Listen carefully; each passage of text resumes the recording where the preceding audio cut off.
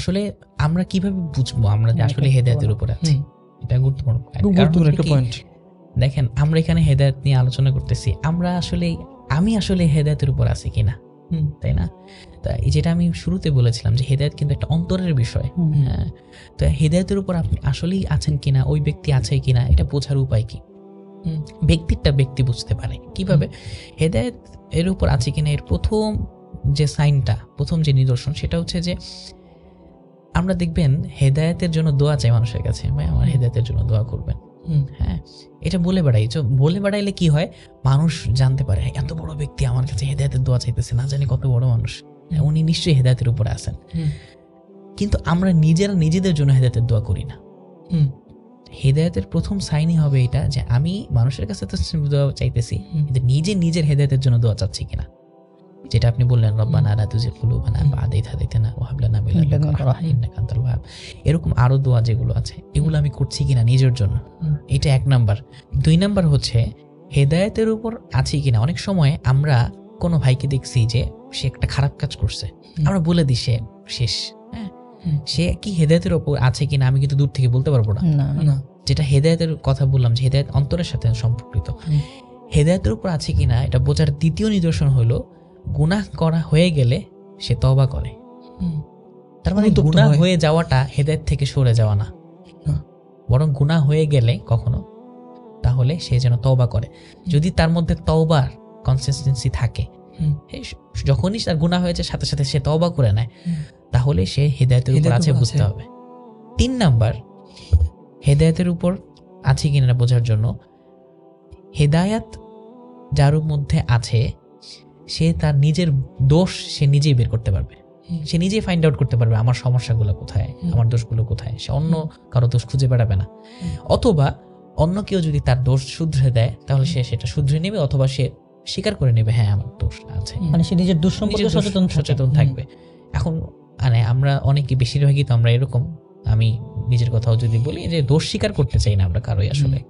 তো 3 নাম্বার মানে এটা থাকা আমার মনে হয় দরকার, যে সে তার নিজের দোষটা স্বীকার করতে পারে, এরকম ফাইন্ড আউট করতে পারে বা স্বীকার করতে পারে। 4 নাম্বার আরেকটা গুরুত্বপূর্ণ, সেটা হচ্ছে যে হেদায়েতের উপর আছে, সে যখন কোনো ভালো কাজ করবে, সেটা ছোট্ট কাজ হোক, তার ভালো লাগবে। আবার ছোট্ট একটা খারাপ কাজ করছে, তার একটু হইলেও খারাপ লাগবে। কারণ হাদিসের মধ্যে আসছে, ইদা সাররাতকা হাসানাতুন ওয়া সাআতকা সাইয়্যাতুন ফা আনতা মুমিন, যে তোমাকে যদি তোমার সামান্য একটা ভালো কাজও তোমাকে আনন্দিত করে, এবং একটা ক্ষুদ্র কাজও তোমাকে কষ্ট দেয়, তোমার কোনো খারাপ কাজ তোমাকে কষ্ট দেয়, তাহলে তুমি মুমিন এখনো আছো। তো সুতরাং আমি হেদায়েতের উপর আছি কিনা, এটা এই হাদিস থেকে আমরা বুঝতে পারি যে আমার মনের মধ্যে এটা নাড়া দিচ্ছে কিনা, আমি একটা খারাপ কাজ, আমার গুনাহটা আমার প্রভাবিত করছে কিনা, এইটা বুঝতে হবে। আমার ভালো কাজ, আমার খারাপ কাজ, দুইটাই আমাকে প্রভাবিত করছে কিনা। যদি এটা প্রভাবিত করে, তাহলে অবশ্যই আমার মধ্যে হেদায়েত আছে। আরেকটা গুরুত্বপূর্ণ, সেটা হচ্ছে যে সুযোগের সদ্ব্যবহার করা। সুযোগটা কিরকম? আল্লাহ তাআলা কিন্তু সবসময় সুযোগ দেন না, যখন সুযোগ দেয় তখন সেটাকে কাজে লাগানো। যে হেদায়েতের উপর থাকে সে সুযোগ খুঁজতে থাকবে, যখনই সে সুযোগ পাবে সুযোগের সদ্ব্যবহার করবে। যেমন আসহাবুল কাহফের ঘটনায়, ইন্নাহুম ফিতয়াতুন আমানু বিরাব্বিহিম ওয়া জিদনাহুম হুদা, তারা কি করছে? রবের উপর ঈমান আনছে, আল্লাহ তাদেরকে হেদায়েত দিয়েছেন, পথ দেখাই দিয়েছেন, পথ দেখাইছেন। তো আপনার এই পথে এখন চলা। হেদায়েত একবার আসলে সেই পথ ধরে রাখা, এইটাকে বলে সুযোগের সদ্ব্যবহার করা।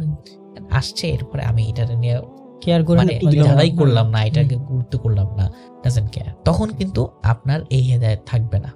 তো সবসময় আপনার ঘর সমাজে করতে হবে, সুযোগ পেলেই আপনার সুযোগটা কাজে লাগাইতে হবে। এবং 6 নাম্বার এবং সবচেয়ে ইম্পর্টেন্ট, আল্লাহর জন্য কোনো কিছু ছাড়তে পারা। আমি হেদায়েতের উপর আছি, এটা বুঝবো কিভাবে? যে আমি যখন জানতে পারলাম এই জিনিসটা আমার করা উচিত না, এটা হারাম, তখন বাস আল্লাহর জন্য আমি এটা ছেড়ে দিয়েছি। এখন এটা হইতে পারে ভালো কোনো কাজ, বাস আল্লাহর জন্য ছেড়ে দিছি। ভাই একটু ইমাজিন করেন না, আল্লাহ রাসূল যখন বলছেন ফাইনালি যে মদ খাওয়া হারাম, তখন কি হইছে? আল্লাহ তাআলার জন্য সব মদের যতগুলো মদিনার শহর ভেঙে গেছে, মানে আল্লাহ তাআলার গুলো রাস্তার মাস্তার মধ্যে আইসা ফালাইছে এমন ভাবে যে পুরো মদিনার রাস্তাগুলো মনে হয় যে মদ ভেসে গেছে।